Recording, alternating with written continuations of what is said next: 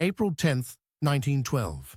Southampton's docks are shrouded in a swirling sea mist, echoing with the thunderous sounds of steam and the shouts of dock workers. Amid this chaos, one colossal ship dwarfs all others, the RMS Titanic, pride of the White Star Line and the largest moving man-made object on Earth. As the crowds gather, the Titanic casts a spell of grandeur and optimism, a floating city promising to whisk her passengers across the Atlantic in unrivaled luxury. Let us step through time and ascend the gangway, embarking on a journey through this legendary vessel.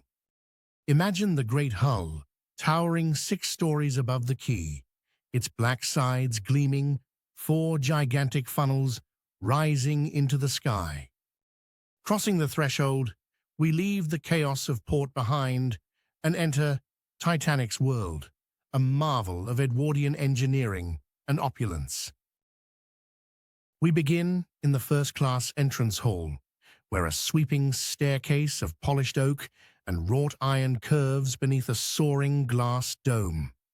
Sunlight pours through the skylight onto a lavish tableau of carved balustrades and gilded details. At its base, a clock encircled by allegorical figures tells not only the hour, but whispers of the passage of history. Beyond the grand staircase, first-class passengers move within a realm of privilege. To the left, the first-class reception room beckons with thick carpets and carved paneling, alive with the low murmur of conversation and the clink of crystal glasses.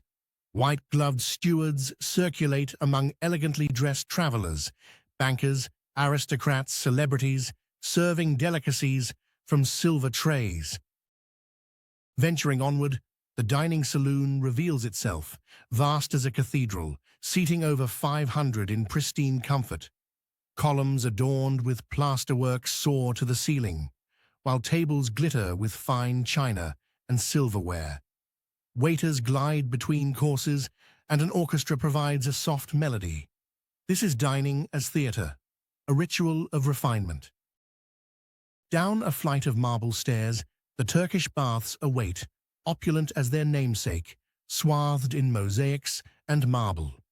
Gentlemen and ladies alike partake in steam, massages, and the latest in spa treatments, their cares evaporating in the scented air.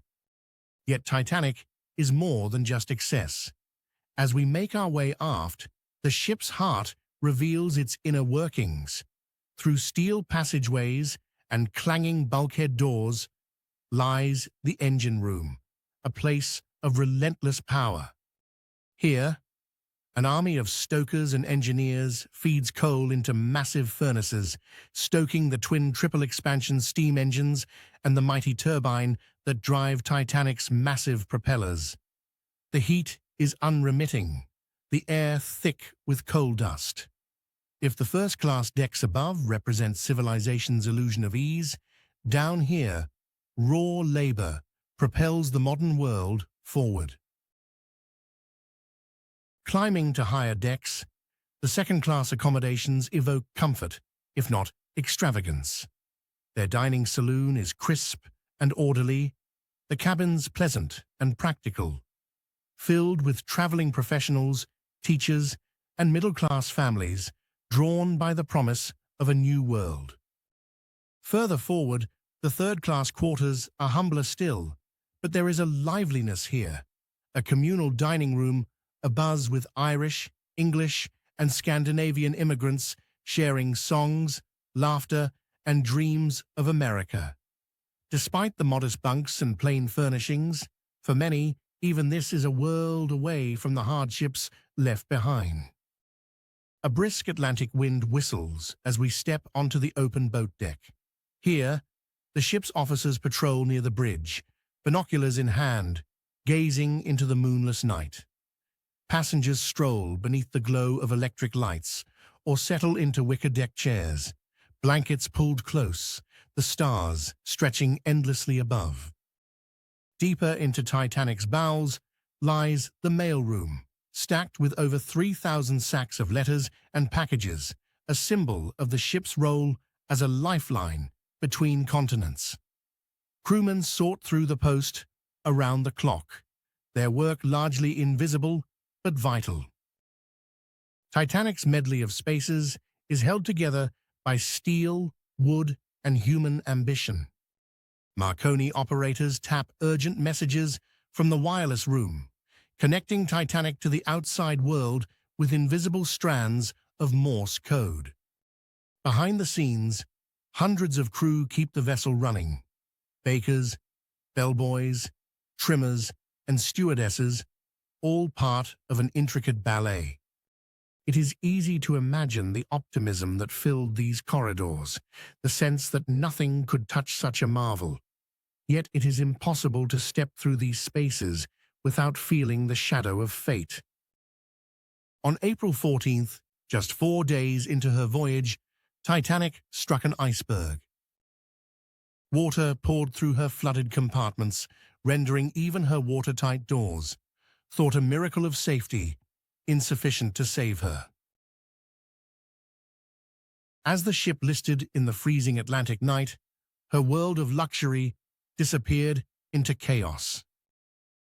Passengers of every class crowded the decks, smoke and steam billowing skyward as lifeboats were hurriedly loaded.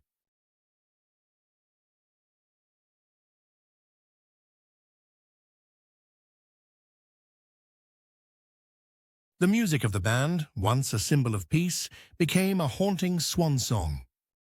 Within hours, Titanic slipped beneath the waves, taking more than 1,500 souls with her, and scattering her legacy across the ocean floor. Yet even now, the Titanic endures as a symbol of human ingenuity, pride, tragedy, and hope. Her story compels us to remember not only the luxury and excess, but the dreams, courage, and frailty that sailed with her.